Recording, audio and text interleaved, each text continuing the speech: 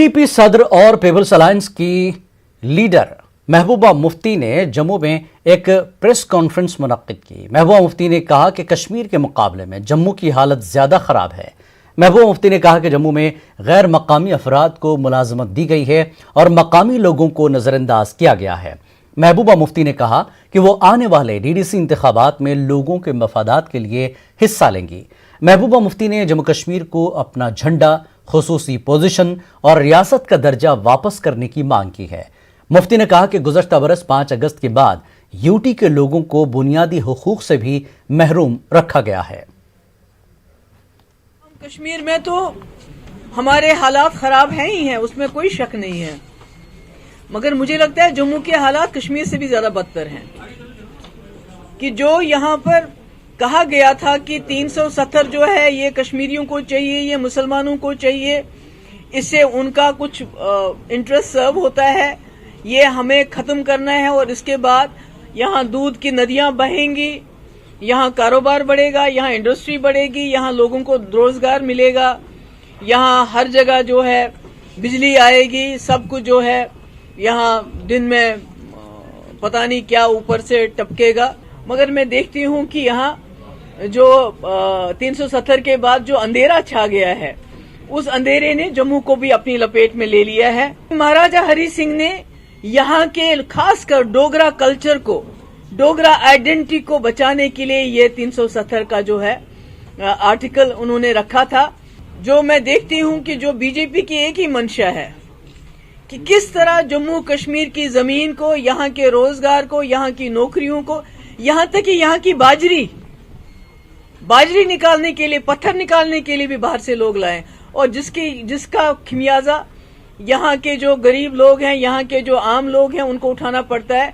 जो नौकरियां हैं हमारी, जो पहले जम्मू कश्मीर के लोगों को मिलती थी, लद्दाख के लोगों को मिलती थी, आज उसमें हमारे लोगों का चांस ही नहीं मिलता।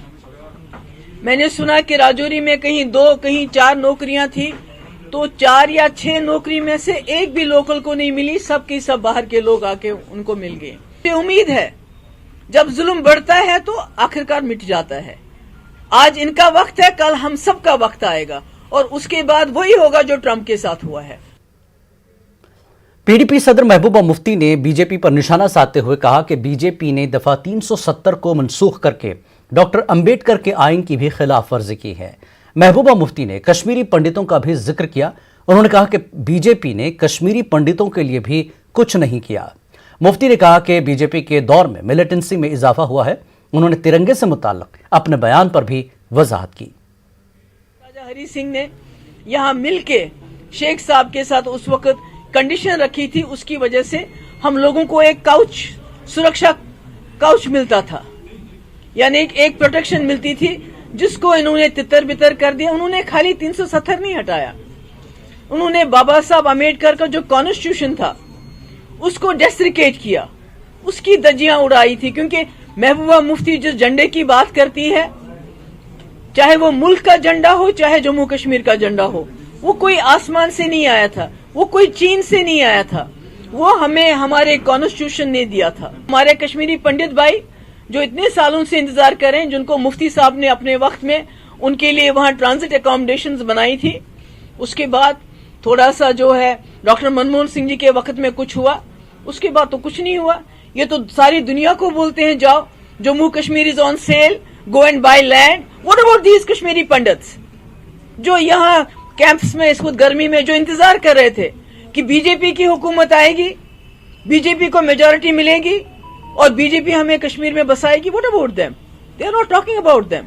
बल्कि माहौल खराब किया जा रहा है कि हम जैसे लोग जो वहां लोग रहते हैं, उनका रहना भी मुश्किल हो गया है। इतनी मिलिटेंसी बढ़ गई है इनके वक्त में। ये कहते थे मिलिटेंसी खत्म हो गई है, आज एक एक गांव से 10-10, 15-15 लड़के एक साथ चले जाते हैं। क्योंकि आपने जो एक आवाज थी, तमाम आवाजों को बंद कर दिया है। आपने लोगों के पास कोई रास्ता ही नहीं छोड़ा है, बीच का रास्ता ही नहीं छोड़ा है। लड़का सोचता है या तो मुझे जेल जाना है या बंदूक उठानी है, तो अच्छा है मैं बंदूक उठाऊं तो मैं मर जाऊं, वो ज्यादा बेहतर है जेल जाने से, क्योंकि बात नहीं करने देते आप किसी को। मेरे ख्याल में इन्होंने पुरानी करप्शन का रिकॉर्ड जो है, तमाम रिकॉर्ड बीट कर दिए। जहां बीजेपी के पास पांव धरने की जगह नहीं है, आज उनके दफ्तर देखिए कितनी बड़ी बड़ी बिल्डिंग्स, ये कहां से आ गए? अरे हम तो वो लोग हैं, जम्मू कश्मीर के वो लोग हैं जिन्होंने बहुत मुश्किल हालात में जम्मू कश्मीर में, बिलखुसूस वादी कश्मीर में इस मुल्क के झंडे को खड़ा रखा। हमारे हजारों की तादाद में हमारे लोग शहीद किए गए। एनसी सदर डॉक्टर फारूक अब्दुल्ला ने कठुआ में एक प्रोग्राम में शिरकत की। उन्होंने पार्टी कारकुनान से भी मुलाकात की। फारूक अब्दुल्ला ने कहा कि जो लोग गुपकार अलायंस को गुपकार गैंग कह रहे हैं वो सबसे ज्यादा बदउनवान है।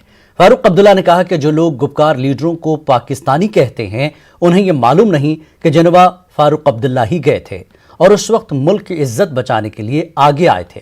एनसी सदर ने कहा कि वो मुल्क नहीं बल्कि बीजेपी के मुखालिफ हैं। फारूक अब्दुल्ला ने कहा कि दुनिया में ट्रंप ने जो हालात खराब किए उन्हें अब जो बाइडेन ठीक करेंगे। जो हमें गैंग कहते हैं वो मैं समझता हूँ सबसे बड़े डाकू होंगे, इसीलिए वो सबको गैंग की तरफ से देखते हैं। सर उनका कहना है फारूक अब्दुल्ला जो है चाइना और पाकिस्तान के वो तो मैं आपको सुनाना चाहता हूँ जी। उन्होंने कब फारूक अब्दुल्ला को पाकिस्तानी नहीं कहा? कब आपके जम्मू में फारूक अब्दुल्ला और नेशनल कॉन्फ्रेंस को पाकिस्तानी नहीं बेचा? मगर जब हिंदुस्तान का नाम लेना था और हिंदुस्तान के बारे में बात करनी थी तो जनीवा में कौन था? फारूक अब्दुल्ला था, जो इस मुल्क की इज्जत को बचाने के लिए बैठा था। तब डेलीगेशन जो मिले उनको सबसे बड़ी आपत्ति इस बात की थी कि हमारी जमीनें जा रही हैं, हमारी नौकरियां जा रही हैं, हमारा सब कुछ जो था वो मिट रहा है। देखिए, जहां तक यूएस के प्रेसिडेंट का सवाल है, एक नया प्रेसिडेंट आया, हम उम्मीद करेंगे कि जो ट्रंप ने दुनिया का बेड़ा गर्क किया वो ये ठीक करने की कोशिश करें। पीपल्स अलायंस ने ये फैसला किया है कि हम सब मिल के लड़ने वाले हैं, मगर एक सिंबल नहीं मिल सकता, इसलिए हम अपने अपने सिंबल पे लड़ेंगे और कैंडिडेट्स खड़े करेंगे।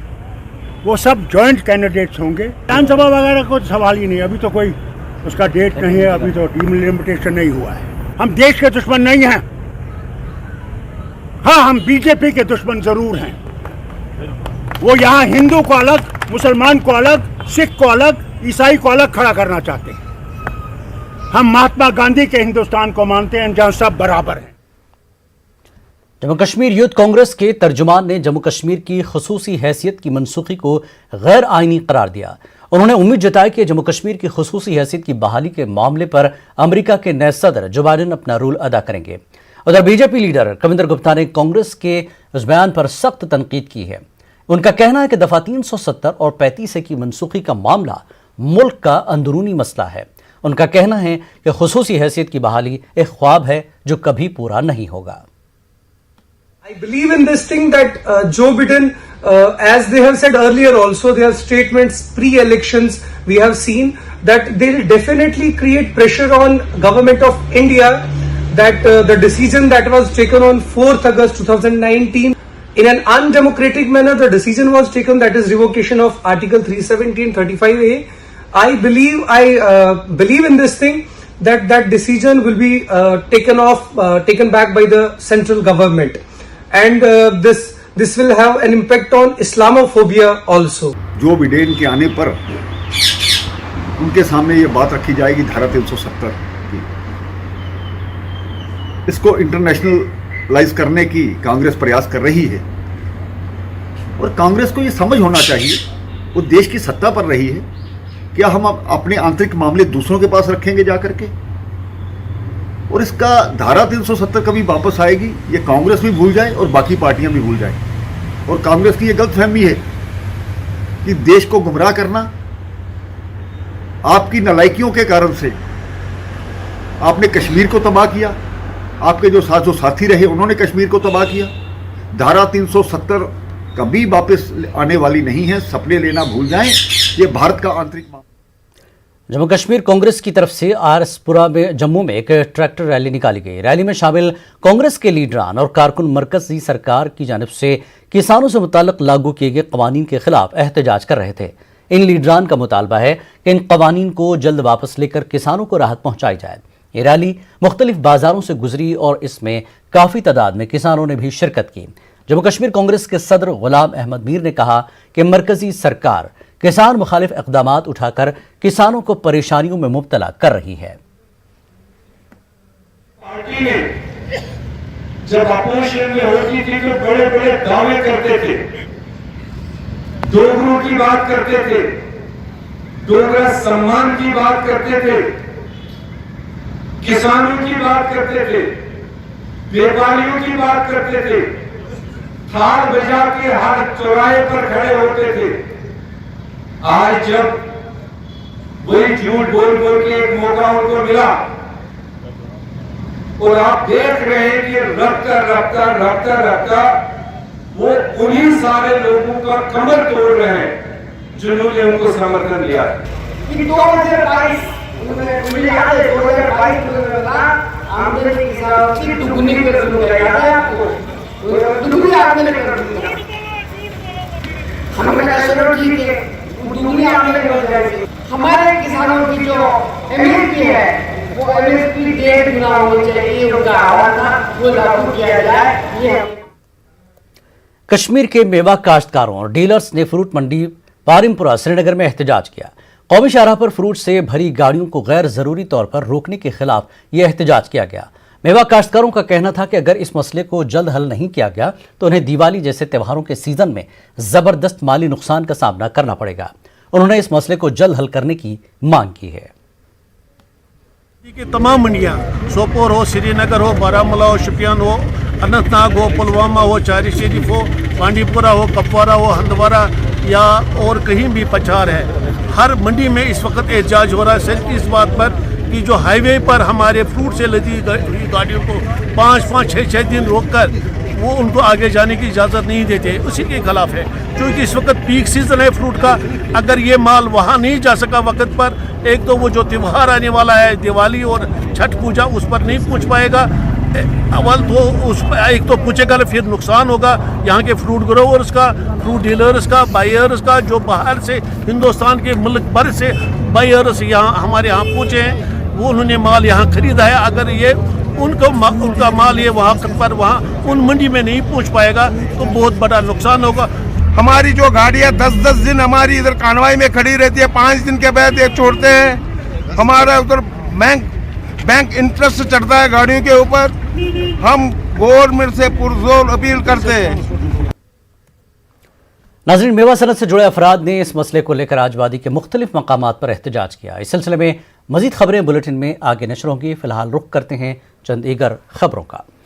रवां साल सेब की फसल पर स्केब नामी बीमारी से मेवा काश्तकारों को माली नुकसान का सामना करना पड़ा। जिला पुलवामा के मुख्तलिफ इलाकों के मेवा बागात में भी सेब की फसल स्केब नामी बीमारी से काफ़ी मुतासिर हुई। मेवा काश्तकार इसके लिए गैर मयारी जरासीम कुश अद्वियात को जिम्मेदार मानते हैं। महकमे बागबानी का मानना है कि बदलते मौसमी हालात और जरासीम कुश अद्वियात का वक्त पर छिड़काव न करने से ये बीमारी नुमदार हुई है। साल थोड़ा फ्रूट कम आया था लेकिन स्केब उनमें था, तो मार्केट बहुत अच्छा रहा। ये पहली बार मैंने देखा कि इस साल मार्केट बहुत अच्छा था। तो बदकिस्मती से ज़्यादा हम जो पेस्टिसाइड्स है ये उतना अच्छा नहीं कारगर करता है जितना हमें उम्मीद है। हम गवर्नमेंट से गुजारिश करते हैं कि इसके पीछे मतलब आप दौड़िए कि ये पेस्टिसाइड क्यों हमारा नाकाम हो जाते हैं। यहाँ रेनी सीज़न रहा, अप्रैल मई में ज़्यादा बारिशें रही, तो उसमें हमें क्या करना चाहिए, उसमें बड़ा मोहतात अंदाज से ये फंगस फैलता है। इसको किसी भी सूरत में हमें स्किप नहीं करना किसी दवा पाशी। अपनी एडवाइजरीज को चेंज भी करते रहते हैं। इनको अपने चीफ हार्टिकल्चर अफसरान या जो सुकास्ट के माहिर है उनके साथ ग्रोवर को इन टच रहना चाहिए। किसी डीलर से दवाई नहीं उसकी रिकमेंडेशन पर, बल्कि हमारे जो अफसरान हैं डिस्ट्रिक्टों में उनकी रिकमेंडेशन पर दवाई। कोरोना वायरस के बावजूद वादी कश्मीर में आज 10वीं जमात के इम्तिहानात मुनक्किद हुए। आज ऑप्शनल पेपर था। इस बीच कोरोना वायरस से महफूज रहने के लिए सरकार की जानिब से जारी करदा SOPs का खास ख्याल रखा गया।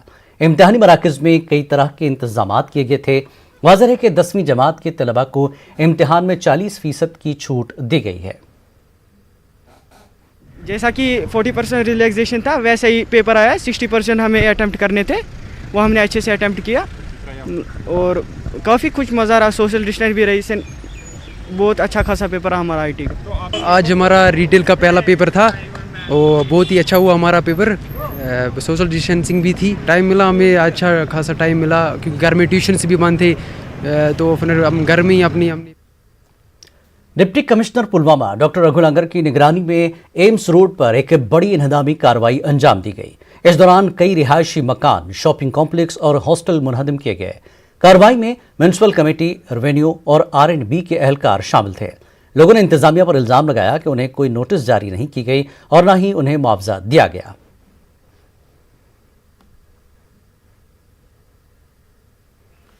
जिन पे सिटे बैठी हुई है, तो आज डीसी साहब अपना फौज लेके यहाँ पे आ गए।